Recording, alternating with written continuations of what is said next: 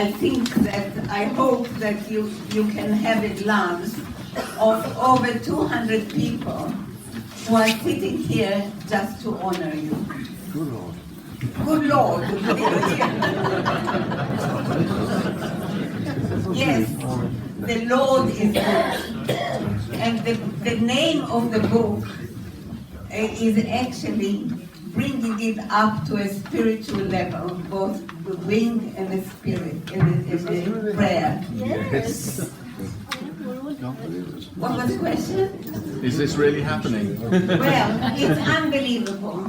When Geraldine and I spoke about this earlier, I asked Geraldine, so how many people can we expect? And she said, well, if there are 50 to 70, I will be happy. Today we are here over 200 people, and that just shows what a great man you are, Malcolm.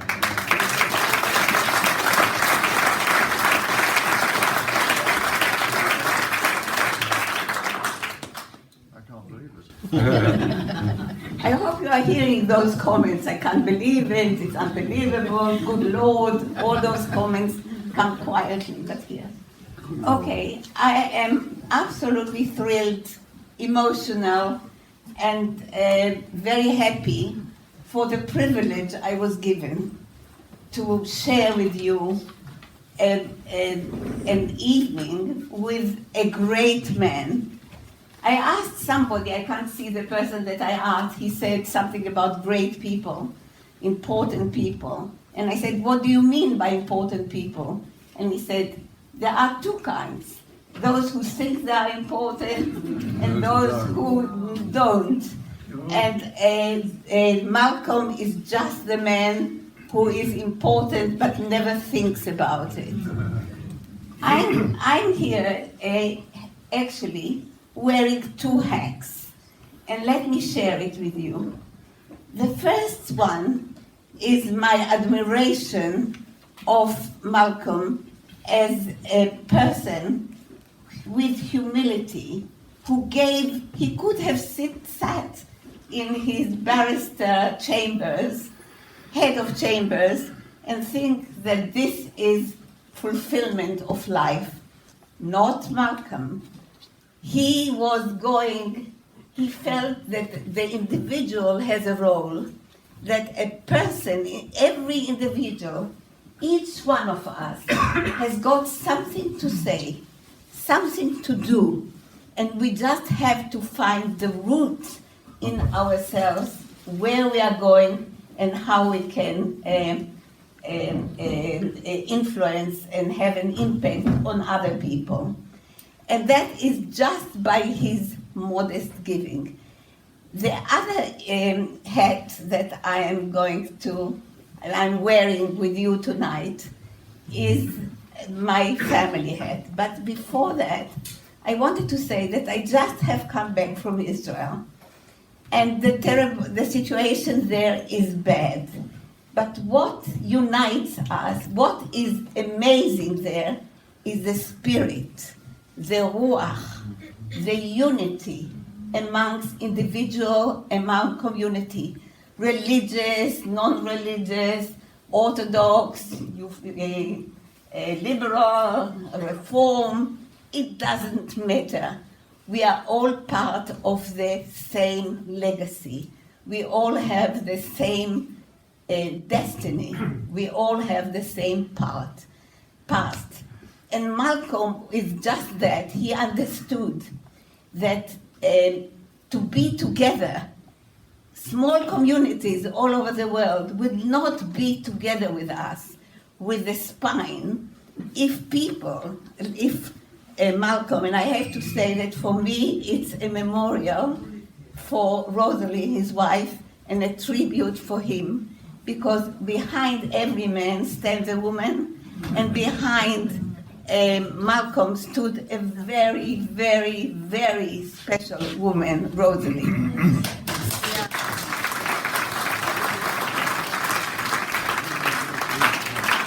I always want to tell you a little bit about a story, an interpretation of the Song of Songs. You might not see the context, but I hope you will hear it in a minute. It says in the Song of Songs, "You are beloved, you are loved, my beloved.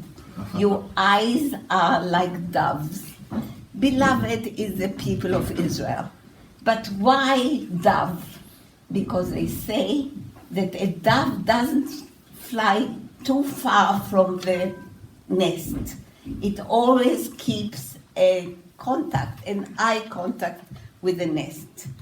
And if the dove is Israel, we are to keep contact with the spine, with the nest, with who we are. We have enough past, a future that we have to stick to. And Malcolm knew that instinctively, intellectually, and he and Rosalie just put themselves in a car, even when she wasn't well. He was driving the car, an old battered car, and he would go all the way to amazing things. Somebody just was telling me a minute ago that he went to Australia, that person, and people in Australia knew his name as something unbelievable. So this is it. But in 1 minute, I want to tell you one thing more. Why do I say family? Rosalie was married to my wonderful husband, late husband, Robin. Sorry. And then when I came to England, I was a provincial girl. I thought that Jerusalem was the center of the world, but it wasn't apparently. I didn't know how to go to the best restaurants. I didn't know how to drink gin and tonic, or without tonic. I was a provincial girl. So I was a bit of an odd plant in a family. But who accepted us, me, as somebody who is worth talking to, who has got any value? This was Malcolm and his wonderful wife and his wonderful home that was always open. If not for Malcolm and Rosalie, I wouldn't have known the family. Later on, when I couldn't shut my mouth and I became more vocal, perhaps I could add something to the life of Anglo Jewry. But at the time, I was nothing, and he gave it. I just want to say one more thing. My granddaughter, Lola, who is somewhere here, had a project to do about a family, as people do at school. Family. Who did she go to? The only member of the family she went to find all the information was Malcolm and Rosalie, who wheeled in lovely tea reception for anybody who entered the door, because that was a home for anybody. Malcolm knew the individual. Malcolm could contact with the individual. He could contact with family. He could contact with people. He could contact with community. And he understood the value of what we are as a people. Look at us here. Malcolm, 200 people came to honor you, not because you were the chief judge. They came here because you are the best human being that touched each and every one of us. And for that, we are forever grateful.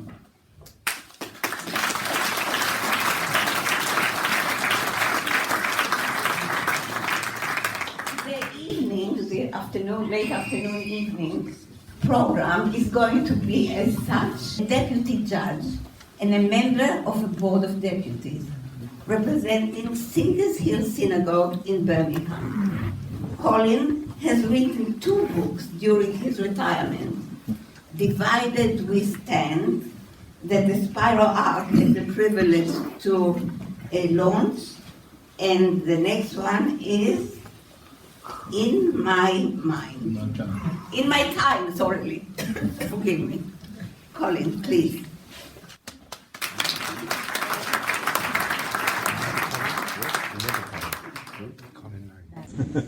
How are you? Well, thank you, Nitza. Better. No, you just wait. Don't move anything. Just Is it working? Yes. Well, thank you, Nitza, for that introduction. Good Lord. And it's a great honour, in fact, to be asked to speak on this occasion. Malcolm is a very special person, as you've already heard, and I fear that some of you may not know who I am. So I'm going to start at the beginning and say that I'm claiming the privilege of being one of Malcolm's oldest friends.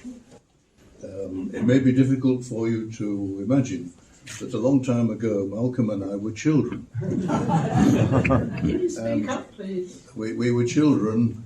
We had the good fortune to be evacuated during the Second World War to a beautiful spa town. sorry, New Hampshire. Colin. Some people are asking if you could speak a bit louder. A bit louder, okay. So, Close to your mouth. right. So we're in Harrogate, a beautiful spa town, and that's why I met Brian. We were children together, evacuated during the Second World War. It was a very unusual experience, and I do remember Malcolm, your grandfather, Reverend Siegel, who officiated at the shul in St Mary's Walk, and I'm sure that you were much influenced by living with him during that period. After Harrogate, we went our separate ways, and you fell under the influence, I believe, of the Schonfelds, the father and son, Solomon and Victor. But our paths crossed again when we were at Oxford, because you were finishing your degree and I was starting mine.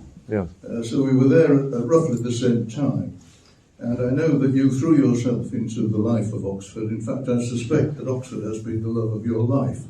You have been associated with it almost all of your life, and quite rightly so.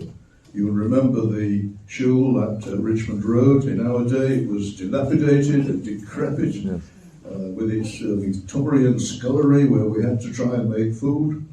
But it was the centre. And it was the centre of the Jewish society, the Israel group, as we call it, and another society which may come as a surprise, but Malcolm will remember, the Cholent Society. That will require a separate speech of its own to explain what that was all about. But in the 70s, the shul was vastly renovated and extended, and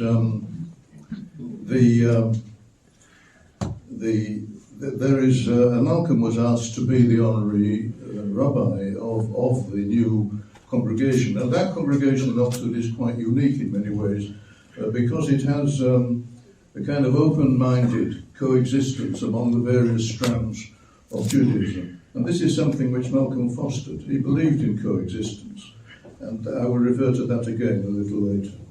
But it was a long-standing connection. The other thing you might remember is that I made a reunion in 1996 for our graduation.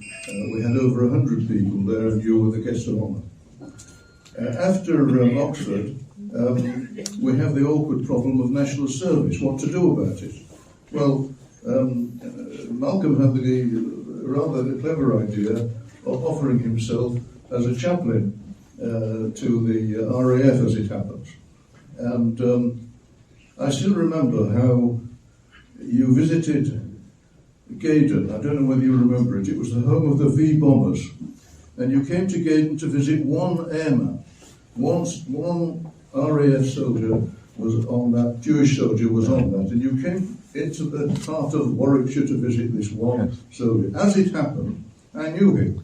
And so I was there. And we were together when you walked towards us along the tarmac, and we were delighted to see you. And you took us into the officers' mess, and you produced some nice kosher delicacies.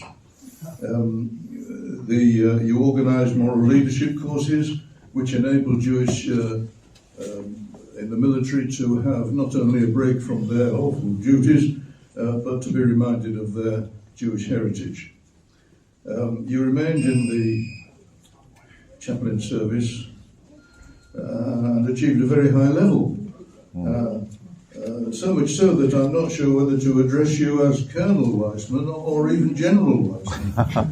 But I think you were in the RAF rather than in but you were involved in many discussions at the highest level in Europe regarding the welfare of Jewish and even other non-Christian soldiers.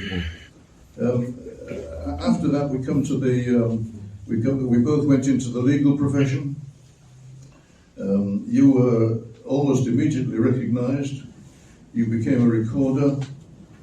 You had other appointments to tribunals and other adjudication officers. And then you became head of chambers for quite a long period. It's unbelievably amazing how he was able to juggle head of chambers with the two other careers which were operating at that time, the small communities and the chaplaincy. So you made a great impact there. I don't know whether you ever appeared before my uncle, the late Judge Israel Feinstein. I did. But oh, you did. I'm very glad to hear it because I want to tell you that he thought very highly of you and what you were doing both in the law and for the community. Socially, we met on many occasions afterwards. We had many mutual friends. It's impossible to talk about your career, as Nitza has already said, without mention of Rosalie. Your devotion to her and her devotion to you shines out from every page of your book where she is mentioned. I think the last occasion when the four of us were together was at a dinner of the Board of Deputies, where the two of you and myself and my wife. I just want to say a few words about your work in the small communities. You're an Orthodox Jew. You were authorized by a chief rabbi, an Orthodox chief rabbi, Israel Brody, I think.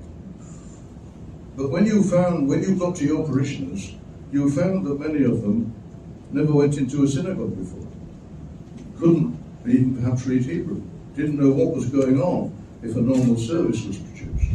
So you tailored your message to these people. You made it possible for these people to become part of the community. Thanks to your personality, these parishioners of yours, if I can call them that, knew that they were not alone, and that they were part of Klal Yisrael, the house of Israel, which is very important, I believe, to you. You were, in many ways, a rare, unifying force. Your view and your work transcended the divisions which have existed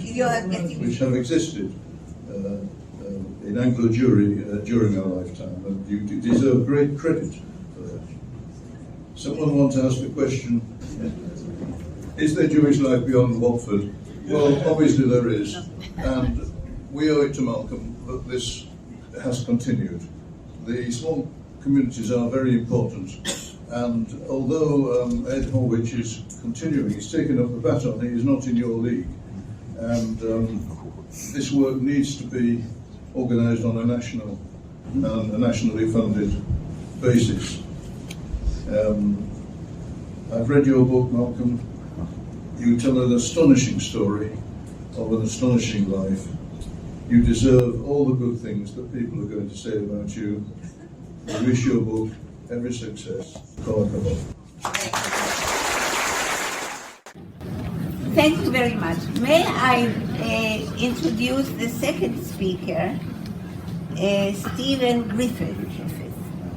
Wing Commander Stephen Griffiths joined the RAF as a cadet at RAF Cromwell in 1966.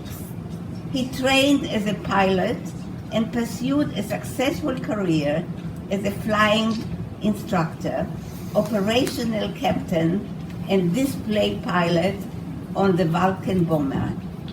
Stevens notified non-flying appointments included time in the Ministry of Defense in London, various positions in NATO, in Belgium, in Norway, as well as 3 years behind the Iron Curtain in East Germany on the military espionage duties. This is just an abbreviation, so you can imagine how proud and how grateful we and Malcolm are for you joining us.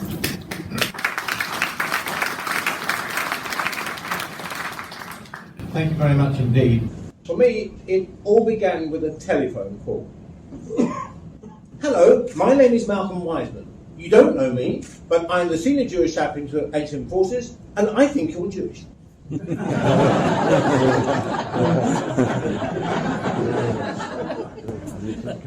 That was back in 1971, over 50 years ago. And I can tell you that that telephone call totally changed in a magnificently positive way my Jewish journey, my military journey, and as I married and had a family, the influence that Malcolm had on them as well. One of the things which is often confused people is that Malcolm was the only Jewish chaplain in the HM, but it didn't stop him being called the senior Jewish chaplain. And he was. There was reference to the fact that we had these moral leadership courses, and you should understand that many military people are serving in isolated barracks, garrisons, airfields, on board ships. And there was even one that we had who was on board the Royal Yacht Britannia when it existed. So you can imagine what isolated Jewish lives many of us in the military led. And what Malcolm did was have these moral leadership courses once a year at Amport House down in Hampshire, all ranks, all different parts of the services, to bring us together, to renew Jewish batteries, to share experiences, and it was all based around a completely traditional Orthodox Shabbat. And so people may not have been Orthodox, they may not even have spoken Hebrew, but Malcolm's phrase was, just immerse yourself in the atmosphere that is created. And it wasn't just in this country, because when I was serving in NATO in Europe, Malcolm ran these similar moral leadership courses at Lübeck in Germany, yes. And we would go to those as well. So his reach within the military was phenomenal. And one of the places that I was posted to was RAF Linton-on-Ouse, just outside York. And Mickey, my wife, and I, we took on the tiny Jewish community in York, ran their sort of Pesach and High Holy Days and Hanukkah, that sort of thing. And yet another phone call from Malcolm. Hello, it's Malcolm. Can I call by, please? I've just been visiting a small community up north. I want to check on the York community, and then I'm heading back down to London. And so Malcolm would suddenly call in and stay with us, have a cup of tea. We would catch up on news about the military. We would talk about the York community, which Malcolm largely left to us to help him run. But equally, he also organised these regional conferences, much like the moral leadership courses, for small communities to come together, to share their concerns, to help each other, to ensure that Jewish resources were provided, and so on like this. So his influence within the small communities was not just visits, but these conferences and other things, which were magnificent. Now, one of the things he did at the moral leadership courses for the military was bring very special guests in. And we did have one weekend with the Chief Rabbi Lubavitch at the time, but the one I'm thinking about was Sister Margaret, who was the national chair of the Council of Christians and Jews, CCJ. And to cut a very long story short, Sister Margaret said, did you know that there's a community now in Lincoln where we were living? So we joined the community. I eventually became its branch chair. They nominated me, and I was put onto the advisory board down in London. And from there, I was then elected onto the national board of trustees that ran the CCJ. Now, this is not about me, because every time I went down to London to advisory board and trustee meetings, who's sitting around the table? There's Malcolm. And it was wonderful because his work within the interfaith organisation was just as well known and valid and appreciated. And of course, he and I could also catch up on military stuff and small community stuff as well. And the last thing that I wanted to talk about was yet another phone call from Malcolm. Hello, is it right that your daughter Abigail is at Lancaster University? I said, yes. He said, well, could you let her know that I'm going to visit her? Okay? And this is Malcolm with his hat on, where he dealt with the Jewish societies within the university campuses through the Hillel movement. And Abigail, I spoke to her just recently, who vividly remembered Malcolm's visit and could assure me that Malcolm was really influential in developing resources and so on that they needed at Lancaster University so that their Jewish society could exist. So I will finish by saying this. One thing that's not been mentioned, but I'll mention it now. I think Malcolm must have driven something like 600,000 or 700,000 miles because of all the visits he made to the garrisons, the small communities, the universities, and all the other things that he did. A phenomenal record of driving, and thankfully safe driving, I hope. And looking back over these past 50 years, it's been a huge honour, a huge privilege, and a blessing to have known Malcolm and all the influence that he has had on my life. Thank you. So let me introduce somebody I don't know myself. A former vice president of the Oxford Jewish Congregation, John is the director of the Kalisher Trust. John was also the director of music at Harris Manchester College of the University of Oxford from 2018 to 2022. He was also the head of the two Quaker schools between 1990 and 2010. John was the first chair of the Association of Children of Jewish Refugees, toured Israel with the Hamburg State Opera, and led Jewish study tours to both Israel and China. He founded the choir of the Oxford Shir in 1994, conducting it at the annual Holocaust Memorial Service of Keble College from 217 to 218. Additionally, John conducted stage performances at Last Train to Tomorrow at Maidenhead Synagogue, a musical narrative about the Kindertransport composed by Carl Davis. John. I first heard the name of Malcolm Weisman in autumn 1975 when starting my first teaching job in Cheltenham. He was spoken about not only with respect and awe, but with love. For to the tiny Jewish community there, of which there were pictures on here before the process began this afternoon, he was a lifeline. That was nearly 50 years ago.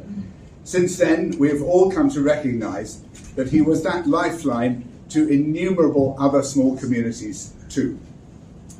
In 1994, I had the privilege of founding the choir of the Oxford Jewish community, Oxford Shir. Shir, of course, being the Hebrew word for song. I wish I'd thought of that name, but it wasn't me. Oxford Shir. And I conducted it until 2018.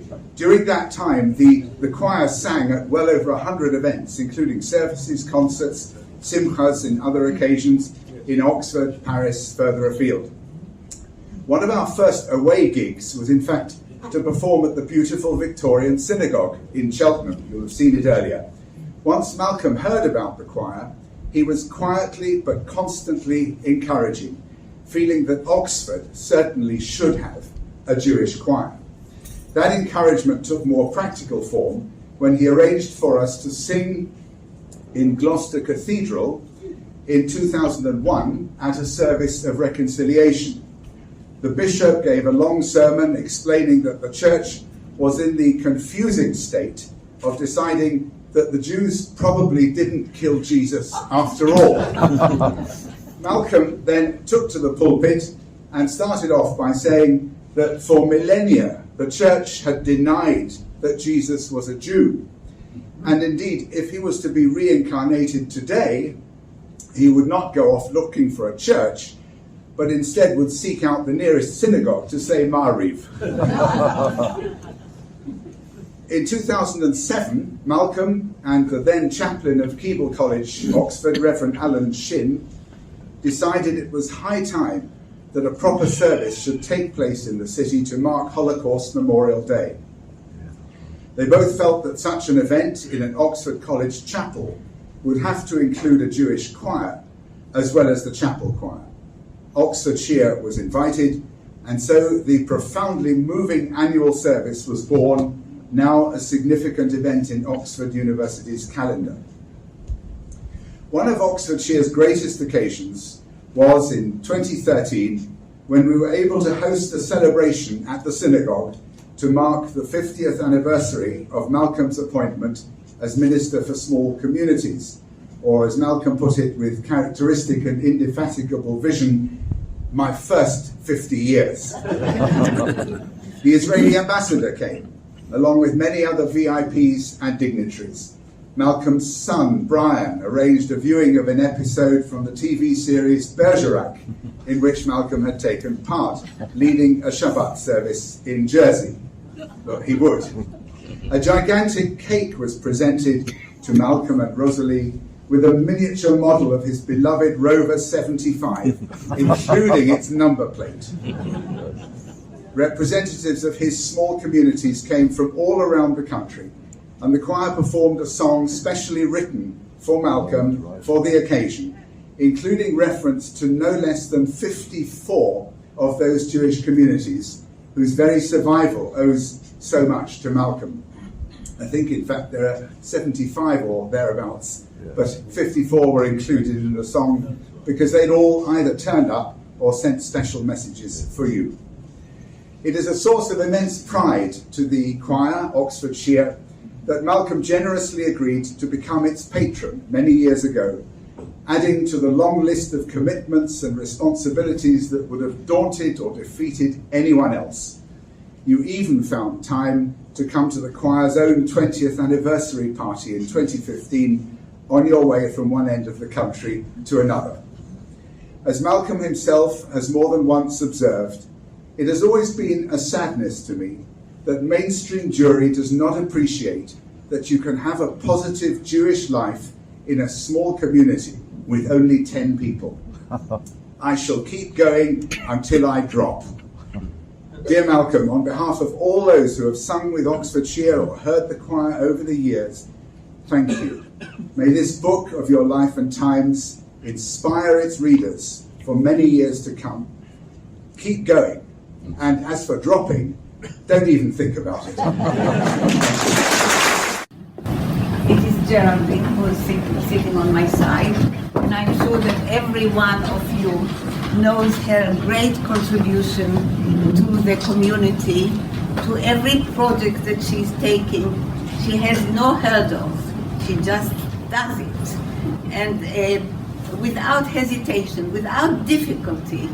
Well, I have worked with Geraldine on this project, and I can say that I have never heard such an easy, not easy, but such an easy route, just because Geraldine was supportive, communicative, amazing, and a creative person that has got all the imagination of not going in the path that other people curved, but in the path of her own that later on in the community becomes just, oh, yes, we have it. So it is a great pleasure and honor to hear you, Geraldine. Thank you, Nitza.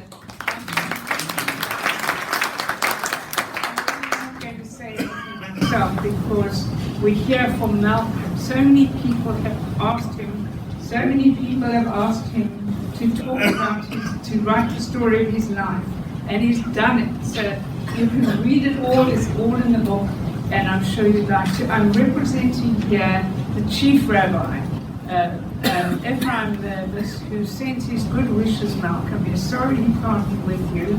He's sent a whole message which is in the book.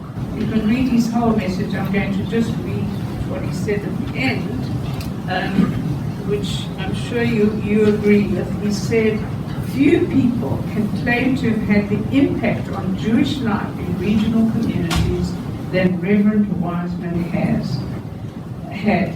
His warm and endearing personality has touched the hearts of many. His life's work has been an ongoing Kiddush Hashem, sanctification of the name of God.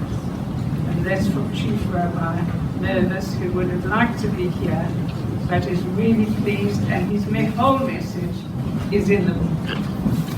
It's another duty that I have the honor of doing, is introducing the next speaker. And there again, it's a stand-in, because we hoped that the president of the community in Jersey, he hoped, should I say, wanted to be here. But not being able to manage it for health reasons, Selwyn Haas has come from the Jersey community to be with us, to just say how much,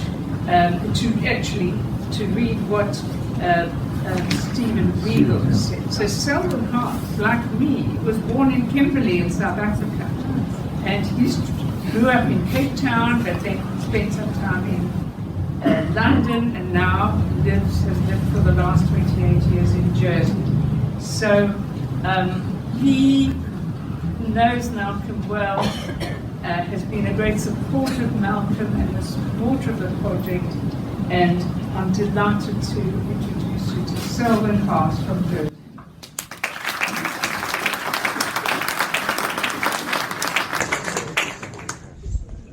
Evening. I have been asked to deliver these few words on behalf of Stephen Regal, President of the Jersey Jewish Congregation, where Malcolm has been the visiting minister for 60 years. I'll repeat that, 60 years. I first had the pleasure of getting to know Reverend Malcolm Weisman at around the time of my bar mitzvah, and believe it or not, I am 76 years old now. So Malcolm and I have known each other for around 63 years, and I count Malcolm more as a friend than the spiritual leader which he undoubtedly is. I guess my familiarity with him leads me to the use of his first name, not that I don't respect and indeed love him. I am now, and have been, President of the Jersey Jewish Congregation for around 25 years, and our congregation has been almost entirely and single-mindedly molded by Malcolm. Our shul has been led and directed by Malcolm, welding the disparate strands that make up our faith into the cohesive culture that we enjoy today.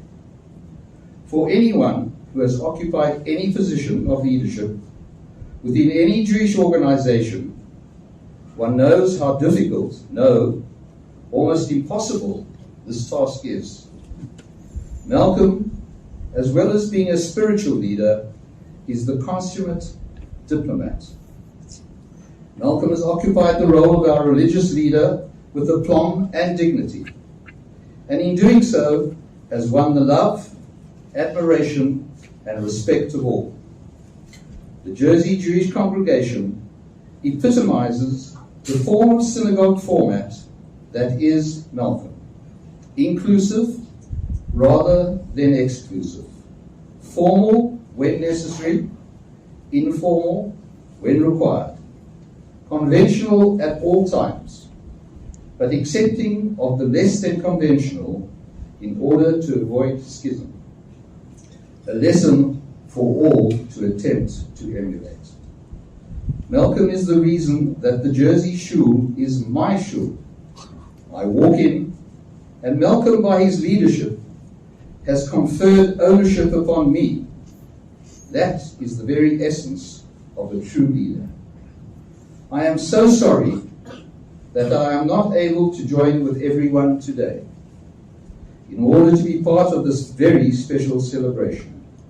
Unfortunately, ill health precludes my travel. However, there is no one whom I would rather honor than Malcolm. He, as much as my beloved parents, has made me the Jew, proud of my faith, more than anyone. A debt that I shall never be able to repay. So thank you, Reverend Weisman. Thank you for the knowledge that you have bestowed upon me. Thank you for the leadership that you have shown me. Thank you for the love and affection that you have provided me. On behalf of Stephen Reed. Thank you very much. And now it's my honor to invite Rabbi Baruch Levine. Whenever I met Malcolm and Rosalie, who lived just nearly next door to here, there was no conversation at all without the praising of Baruch for reviving this community, for a dying community that nearly was going to close its doors, to a vibrant of young families, of people who delight to belong to it. And this is quite a talent to achieve. Baruch is a scion to a rabbinic family, so maybe the spirit comes from above, I don't know. Maybe it's the spirit from above, but an additional one which comes from Baruch. But I know that Baruch and his family have added so much to Malcolm's family, and how delighted Malcolm was to see this grand building which has got so much spirit in it, not only space. So Baruch, it is an honor to have you with us and to address our people.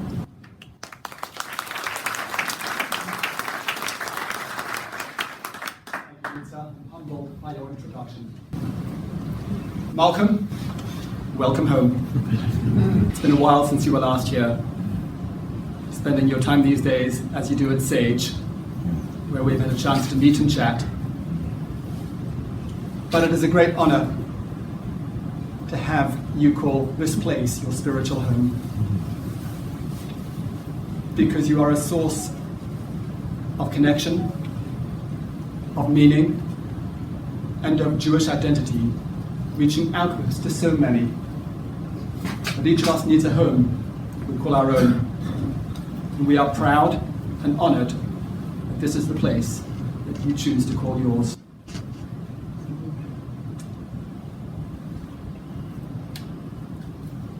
You know, the Torah portion we read yesterday and the one we read this week, Lech Lecha and Vayera, respectively, speak volumes about the person you are and the life you have chosen to lead.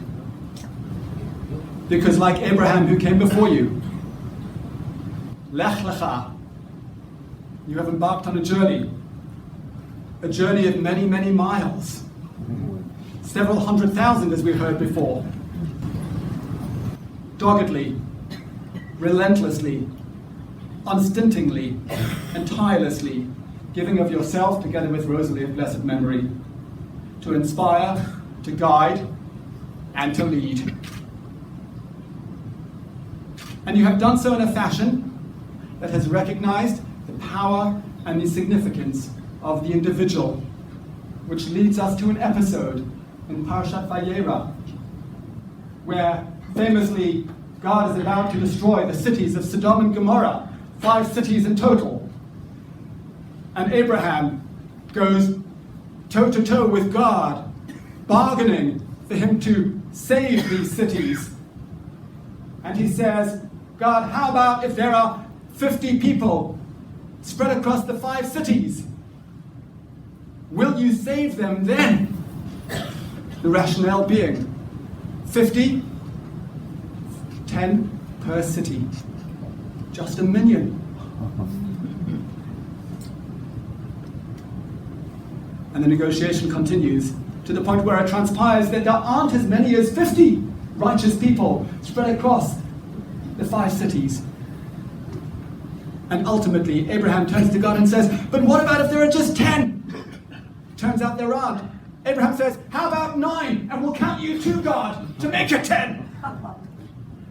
Anything to strike a deal, to salvage the cities from being destroyed. But Malcolm, more than anything else, this speaks to me and to us about the way in which communities and Jewish life is measured. Not by thousands, not even by hundreds, but by 1 million, and sometimes not even a single individual in need of a hand to hold their own through moments of crisis, of challenge. Moments when, without you, Malcolm, so many people would have been lost, detached from a heritage that is rightfully theirs, and a sense of belonging through which they have become so enriched. It was 2010 when we gathered at the home of the late Lord Sachs to celebrate your retirement. And Lord Sachs of blessed memory stood up and delivered the most wonderful words about the work that you've done in your time, signaling that it was a celebration of your retirement.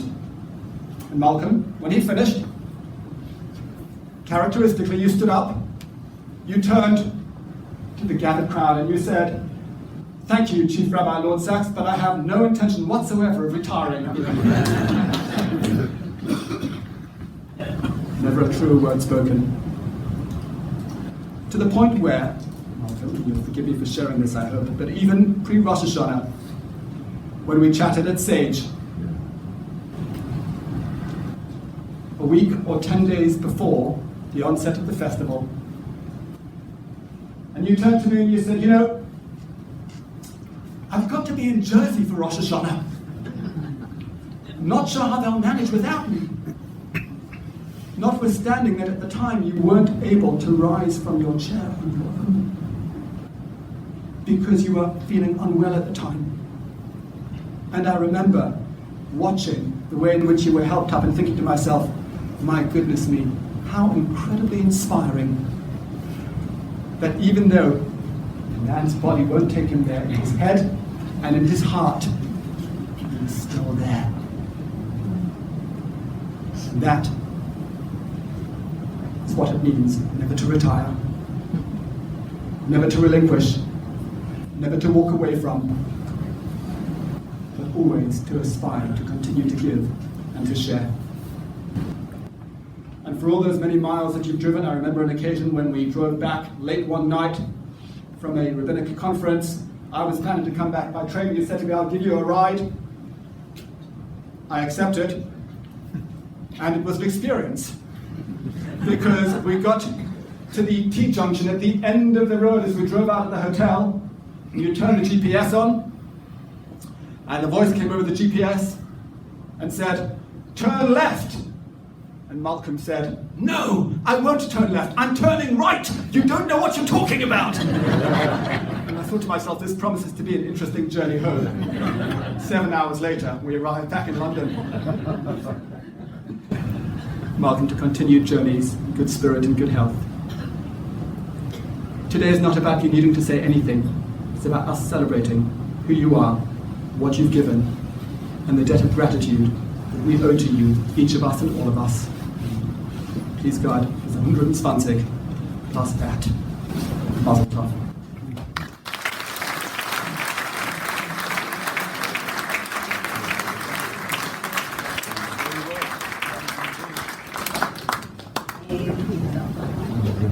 Well, I think that we had a panorama, a rich panorama of Malcolm's life, to personality, love for people, love for community, the way he revived, he gave energy to people to be far away and yet to be connected. I'm sure that those who spoke were only a few amongst the people that want to share some memories from their own lives with Malcolm. So we will give about 7 minutes or so to anybody who wishes, not to anyone, but all together, to people who want to tell us a little story, a little memory about the impact that Malcolm had on them. The mic will be roving around. In 1975, when university chaplaincy was less developed than it is now, I went up to university, and sometime in my first term or so, there was a panel of people at the JSOF. One of them was Malcolm, who said, "It can be difficult to be a university student. If you ever feel the need, at whatever time of day or night, ring me reverse charges." I never felt, in all the ups and downs of my university career, an overwhelming need to ring Malcolm reverse charges at 3:30 in the morning. But the fact that somebody offered that possibility meant a great deal. I am really grateful, and grateful to have the chance now to say thank you, Malcolm, for that. Good evening. My name is Stuart Levy. I'm actually coming from a family perspective here. My late mother would have loved to have been here today. Sadly, she left us about 1.5 years ago. But Malcolm was, Rosalie was shown, were very, very, very close to my mother. Malcolm and my mother were first cousins, so they had a very, very strong bond. So obviously myself as a child growing up, I got to see and hear of Malcolm's influence, and it had a big, profound effect on my life. So I just wanted to come from the family angle and say, even in the last couple of years when my mother was sadly ill and struggling, Malcolm and Rosalie were of so much support and strength to my mother and to my father, who I know greatly appreciated it, and I appreciated it as well. And sadly, 5 years ago, I lost my sister as well, and Malcolm through that time was of immense support to the family unit. So I've got no stories to recollect, but it's just, pretty much as that lady said, actually, this is a fantastic opportunity just to sort of stand up, to be here, to thank Malcolm for his love and his support, his encouragement and his learnings that he gave to me as a child, not only in Judaism but in life as well. So that was where I wanted to come from, and I thought this was the perfect opportunity to do that. So thank you very much. Malcolm, very briefly, my name's David Rome, I'm Chazan in Sutton Synagogue. Malcolm has been there for me for years, probably 10, 15, 20 years, and I just want to thank you for being who you are. And even you came to my induction in Catford Synagogue, you came 4 years ago, I think, I lose track of time, to our choral Slichot service in Catford, and I couldn't believe you came, and I've got a picture with you opening the Ark. You came all the way from North London to South East London at midnight, and I was so amazed and so grateful. And finally, an amazing man who can't be here today is Aubrey Rose, who many of you know. And Aubrey, I spoke to him the other day, and he's so sorry he couldn't be here. He'd love a copy of your book. I have one for him, and he sends you his best wishes, and Mazal Tov to you. Field. My connection with Malcolm goes back to 1968, when my parents moved to Jersey. And I can say that certainly for about 10 years of my life, Malcolm was my rabbi, my reverend, whatever we would call it. He actually officiated at my wedding in Liverpool in 1976, and he's also related to my wife. But I can say that Malcolm was a most wonderful person in Jersey. We started the services in a little church hall, I think. I think there was a picture of somebody on the wall who we had to disregard. But eventually, there was, as said in the book, they bought a chapel and was converted. And Malcolm was there all of the October that I went over to Jersey to be with my parents in those formative years. and I want to take this opportunity of thanking you, Malcolm, for that. And actually, in addition to that, you were my chaplain at University College London. So you were two roles to me, and I think you've been a most wonderful person, and thank you very much. My name is Lawrence Joffe. I was privileged to be part of the writing. I'll speak about the writing side of the project. Let me just explain. My name is Lawrence Joffe. I arrived on the banana boat from South Africa in 1980. One of the first people I met was Reverend Malcolm in the Bristol community. Then I went to Oxford. I encountered him as a student. Thereafter, I also used to like going to interfaith meetings, and amidst a cluster of imams, rabbis, and various prelates of various descriptions, I always saw Malcolm. So he's been there. And so when Geraldine, we must give complete credit to Geraldine for bringing this book to fruition, for coming up with the idea of it. It was absolutely amazing what she's done. So she brought me on board to help take Malcolm's words, which David Cohen, I don't know if he's here, recorded many hours. We tried to bring them together. Can I give some credit to one or two other people? There's Lola.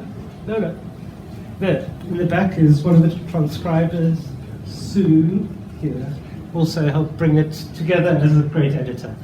There's so many stories about Malcolm. I was thinking that he prefigured many modern amenities. For instance, he was multitasking when nobody knew what the word meant. He also was networking and going viral in the days before COVID, in a good sense, in that he made connections everywhere. Somehow you managed to capture the Pintler Yid, the Jew inside the Jew who's hidden somewhere in the countryside, and yet at the same time could speak to anybody from any religion, any faith, and still does. My favorite story, if I might be allowed to say this, I was going to bring a new term, artificial intelligence, but there's nothing artificial about Malcolm. What you see is what you get, and there's so much of it. My favorite story in the book came from Malcolm, and I believe this is a true story, about him sharing the beauties of Judaism with other people of other faiths, and it was at a sad state of a funeral. It was a funeral, it's a small community, and people came to this Jewish funeral. Many of them, most of them not Jewish, mostly Christian background, maybe some Muslims, I think, but I think mostly Christian, some certainly atheists, and they came to the service, and the gate hadn't been used in the cemetery for about 5 years, unfortunately, since the last Levaya. So they tried to get the key and couldn't quite find where that key was, so instead the cortege found a ladder, and everybody joined in lifting the coffin over a hill and to the burial site. So afterwards, Malcolm was speaking to people, and they said, that was so moving, most beautiful thing. And that custom was gorgeous. He said, what custom? He explained, well, that you were so reluctant to let go of the late departed that you followed him over the spiritual wall into the next life. Anyway, Malcolm, thank you so much. It's a project I've loved being part of in my own small way, with wonderful people to work with, especially Geraldine for initiating it. My name is Meryl. I used to be Meryl Sober, and now I'm Dresner. And I was the girl from Ilford who found herself at Canterbury University exactly 50 years ago, that's telling you. And I was very, very unhappy. And Malcolm came and he talked to me, and he said, you'll be fine, you'll be fine. It was my first term. And I was fine, and I lasted the 3 years. He also introduced me to wonderful families who I'm still in contact with, the Professor and Mrs. Rickhazen and their family, the Shear family who are here behind me from Canterbury. Later, he visited my family, Reverend and Mrs. Sober, in Westcliff, and he still says that my mum made the best chicken soup he'd ever had, but I expect he said that to everyone. And much later, he gave me and my husband Stuart, who was at Lancaster, by the way, where another place where he was visiting, the opportunity to go to Amport House and entertain there for one of the wonderful Hanukkah parties that he made. So for many reasons, and there's also Cheltenham. Stuart's cousin Jennifer Silverstone runs the Cheltenham community now, and so we've got such a lot to be grateful for to you, Malcolm. Thank you so much. My name's Michael Adelman. Sorry to steal a couple of words from somebody who mentioned a consummate diplomat. In 1997, I'm speaking on behalf of another gentleman by the name of Julian Marks, who lives in Wallingford in Oxford. He, somehow or another, Julian Marks, is a very good friend of mine, I spoke to him today, contacted Malcolm Weisman to come and give us a talk. To come and give us a talk at a group that Julian used to organise for about 25 years, which was called Pegasus. And Mr. Weisman came, Reverend Weisman came to give us a talk about his travels from prison to prison throughout the United Kingdom, where he was visiting Jewish prisoners, bringing them kosher food and tefillot if they needed or required it. And that was, for me, I never forgot it. And when I saw his name on Nitza's programme in the future, I thought, is this the same man? Sure it is. Absolutely amazing man. Thank you so much. An evening like that, without hearing the closest people to Malcolm, both Brian and Daniel. Please. I just want to say, first of all, obviously we are very, very proud of Dad. We have had an amazing life with you, Dad. What an adventure it's been, and still is. I'm still eating with you every week, the most amazing lunches. I'm putting on weight, and I'm not coming for lunch tomorrow because I can't manage the big meals anymore at the same. The food's amazing there. But Graham, I do remember as children, Daniel and I, going to St. Bernard's Bay Church when we were young children, and the vicar there was so warm and hospitable to all the Jewish community. I do want to tell you something. Every weekend, Lucille says to me, "Why are you wearing a tie? Why do you wear a tie even when you're doing the gardening?" Well, I always say, well, it's to keep my neck warm. Rubbish. That's not the reason at all. The reason is, I wear a tie 7 days a week. In fact, Daniel was saying to me just earlier, questioning why have I got a tie on. You know, he hasn't got a tie. And Dad's actually got a tie on under his jumper. And I went about 25, 30 years ago for my normal Friday night Shabbat meal. And I walked in on just one occasion without a tie on. And Dad looked at me and he said, "Brian, it's Friday night, it's Shabbat, you should have a tie on. Have a bit of respect." So the following week, I made sure I had a tie on. And the reason why I wear it 7 days a week is because, to be quite honest, I'm too afraid to take it off. And that's the honest truth. Because I keep thinking, whenever I see Dad, he'll tell me off for not having a tie. So I always have a tie on. I want to pay great tribute, obviously, to my late mother, Rosalie. What an incredible woman she was. Dad's success is very much due to her, because if it wasn't for Mum, we never would have spent half our lives going to Jersey, to the Cotswolds, to Cheltenham, to all the communities with you, Dad. It was my mum that supported you so much through so many bouts of cancer throughout her life. She still lived to well into her 90s. Dad always says Mum was like a cat with 9 lives. I disagree. She was like a cat with 99 lives. She was quite amazing. So we owe a great deal of gratitude to Mum. And I miss her every single day. She was an amazing lady. But just to move on, we've got to say, one thing I will tell you about my mother is she carried on through all her illnesses. It was business as normal. She never ever gave up. She never complained. And even a few weeks before lockdown, so that was only a few years ago, I phoned her up early one Sunday morning. I said, "Mum, I've got a number of things I want to talk to you about." And you know what she said? She said, "Look, can we wait till tomorrow? We're about to go out. Can we talk about this all tomorrow?" I said, "Okay, Mum, but where are you going?" I didn't know you were going out for the day. She said, "Yes, we are going out." And I said, "Well, where are you going?" She said, "First of all, we're having coffee with our relations, Leon and Tricia, in Stanley, which is just a village just outside Oxford. Then we're going to Cheltenham to have lunch with a couple in Cheltenham there.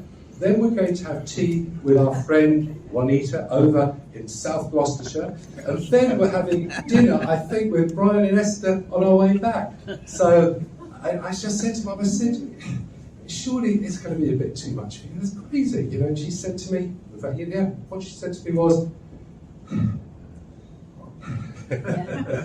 she said to me, "What's wrong with you?" what's the problem?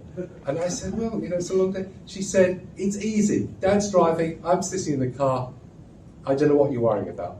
So I didn't say any more. But the trouble is, it made me feel guilty because all I had to do that day was to go to Sainsbury's, get a pint of milk, get the Sunday papers and catch up an M&L. And that was about it. That was about as much as I could do for them. So it made me feel very guilty. But that was what they did all their life.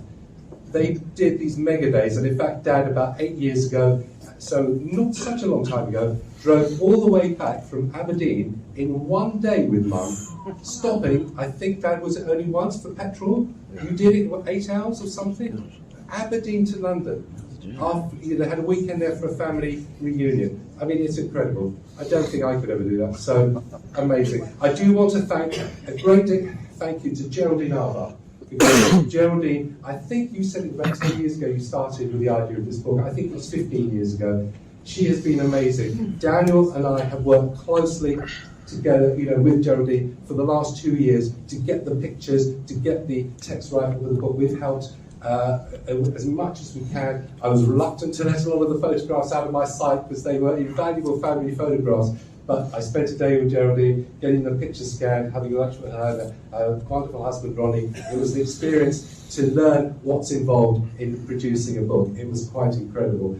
And I want to thank Nitza for hosting this incredible event. It was her idea when she knew about Dad's book to host and organise this with obviously Boris Levine, our rabbi. I put a great deal of thanks to all of them for doing this. I just can't thank you enough. Also to Leslie Silver for helping to get all the nitty-gritties organised. Also to Lawrence Joffe, who you heard speak, he's helped with the scripts of the text. Also to David Cohen, who I met many times. Daniel and I met many times when he came to our house to interview Dad to get the book rolling.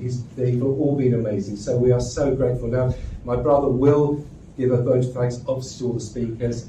Selwyn, it's fantastic. He came from Jersey. Incredible. Absolutely amazing. Wonderful to see everybody. But Daniel's going to say a thousand thanks. But also, Jonathan Lewis, also just before we talk, Jonathan's asked if he can just present something to Dad. So, Jonathan, can I just hand over to you for 2 seconds? I'm intruding is that when I retired, I began research on the topic of Jewish chaplaincy in the British Armed Forces, on which I was awarded a PhD and have subsequently published a book. It's a riveting story. It starts in 1892, it goes through both World Wars, and it comes through to today, and it's pretty much unknown within the community. Malcolm helped me hugely with that. He came to see me, gave me a lot of information. He told me, Malcolm, I stand just behind you here. Malcolm told me he's the only person who visited every establishment of HM forces around the world. So quite apart from driving who knows how many tens of thousands of miles, you must have flown mega miles as well, Malcolm, to do that. Malcolm, you have a starring role in this. It's on page 377, and I have enormous pleasure, Malcolm, in presenting that to you.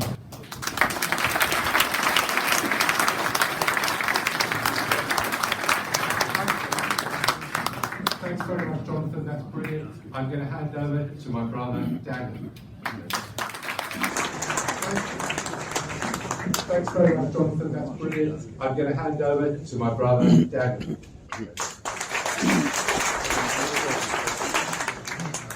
Hello, it's genuinely so lovely to see so many of you here, many faces I recognise, and I'd like to start by a big thank you to Geraldine and to Nitza for this. I mean, this is a fabulous opportunity for us to see all of you, and hopefully for you to see us.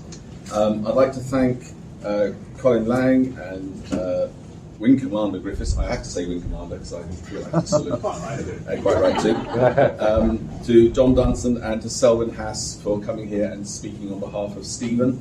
I'm just going to say I'm going to speak rather as I tend to sing without using any real notes, so bear with me on this.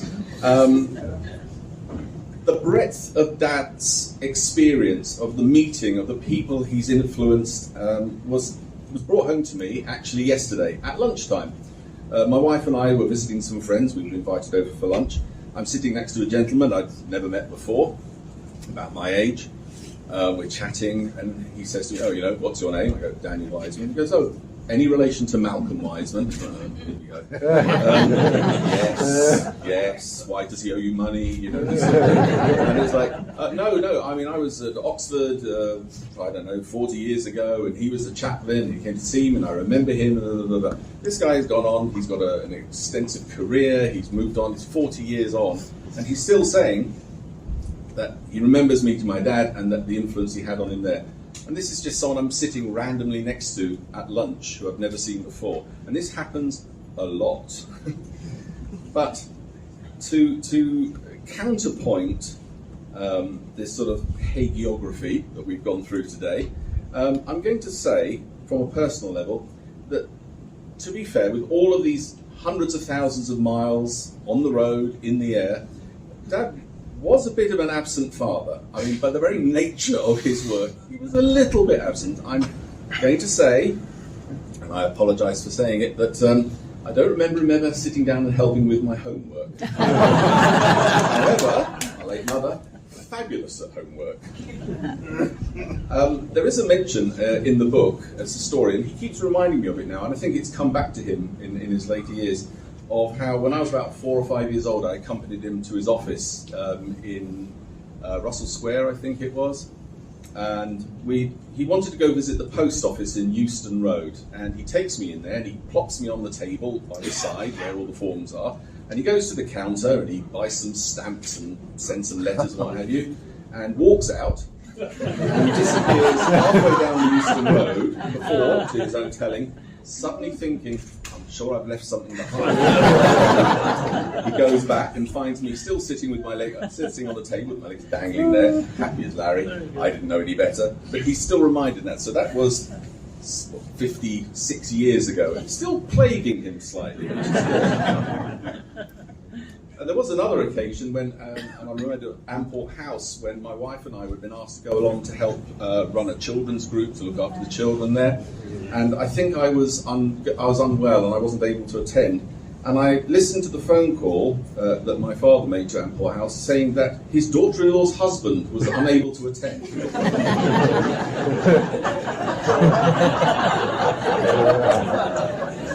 Nothing holds this against him in any way. And there are other things like the worrying incidents over the years of bigamy. Every so often, over many years, somebody would come wandering up to me and go, "Your father married me in 1956, 1992, 2000. Hundreds of people apparently have been married by, but certainly married to, apparently, their father. So this is also an interesting thing. On the plus side, I have to say it has been a fascinating life. The opportunities that his work has afforded me, not only to meet all the fabulous people in Jersey, the Oxford event I turned up to, the events, military things, going to visit Sandhurst for a passing out parade. He even wangled me a trip, a little guided tour around a nuclear submarine while it was in harbour once. Not many teenagers get to wander around on a nuclear submarine. And, perhaps I shouldn't say this, actually, I might get him arrested. And there was one particular thing where, to make up for the homework, my school had arranged a trip to Rome. We were studying ancient history, classical civilizations, and I couldn't go because the trip was over Shavuos. So, in order to make it up to me, my dad arranged for his own personal tour of Roman ruins, and we drove from London right the way through France, visiting Valence, Orange, Carpentras, Arles, the whole, all the way down to Monte Carlo, and we visited every Roman ruin on the way. But he did manage to sneak in some visits to the French Air Force Officers Club on the way. He did manage to pop in and visit various other people, because I noticed that many of our holidays seem to coincide or go past prisons, small communities, and so even on the way to a Lyme Regis in Dorset, we stopped off at the Verne prison, and we sat at my brother, myself, my mother, late mother. We sat in the car in the pouring rain outside a maximum security prison in the car park while Dad goes inside to visit a murderer or something. And we sat there for about an hour, and then we were allowed to carry on with our holiday. I mean, I would like to thank our late mother and my father for providing, to be honest, an absolutely wonderful life, and let's face it, a really interesting life. There's two life lessons I've taken from this, one from my father and one from my late mother. From my father, when he was about 75, I said to him, "When are you going to retire?" And he said, "I haven't done a day's work since I was 18. I said, "Work is something you have to do. This is what I want to do." And I think that anyone who can live their life by that standard is doing very well and should have a good life. The second piece was my late mother said to me once, and I honestly cannot remember the context of this. She said, "If you're not having fun, you're not doing it right." I have no idea what she was referring to, but it seems to me excellent life advice anyway. So if nothing else, if you take nothing else from this, enjoy your lives, do something you love to do, and you can carry on doing it until you're 90-something. Yeah.